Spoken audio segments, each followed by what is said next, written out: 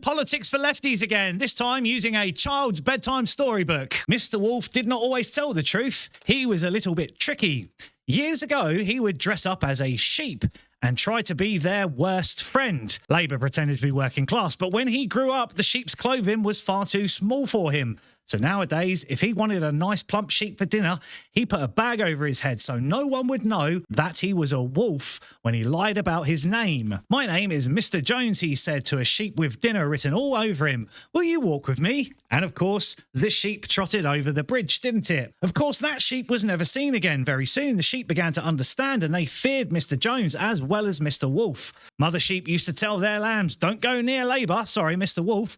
He's bad." That goes for Mr. Jones too. They're the Tories. Go near them and you will never be seen again. Of course, the lambs knew that mother sheep are very wise, so they kept well away from Mr. Wolf and Mr. Jones. He tried to catch a sheep for dinner, but as soon as they saw the paper bag and the long grey tail, they knew exactly who it was. "Run for your lives," they bleated. "It's Mr. Wolf." Or Mr. Jones, cried the others. Didn't matter, they knew he was bad. The sheep did run for their lives and Mr. Wolf went hungry. "This is no good," snarled Mr. Wolf to himself. "I must become something else." Mr. Wolf put on a new suit and a bigger paper bag on his head. "Hello, sheep," he smiled. "I'm not a wolf. I am Mr. Smith."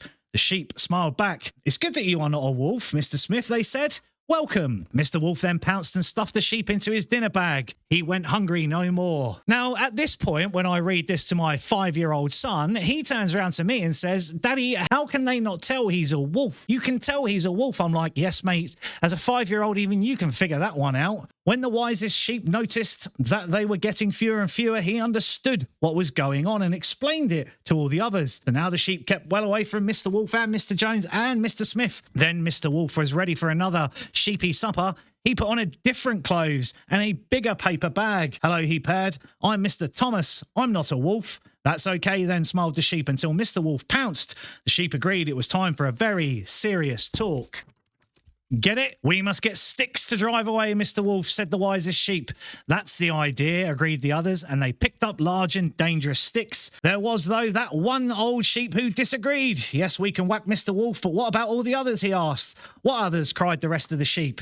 "Well, his friends, Mr. Jones, the Tories, and Mr. Smith, the Liberals, and Mr. Thompson, the Greens. There are 4 of them. We cannot drive away 4 wolves." So the sheep dropped their sticks and ran away. Mr. Wolf could not follow them because of the paper bag on his head. He didn't think of taking it off and walked off a cliff. Unfortunately, political parties don't walk off cliffs. They stay in power and retain their power if you keep letting them come into your field and take all your sheep away.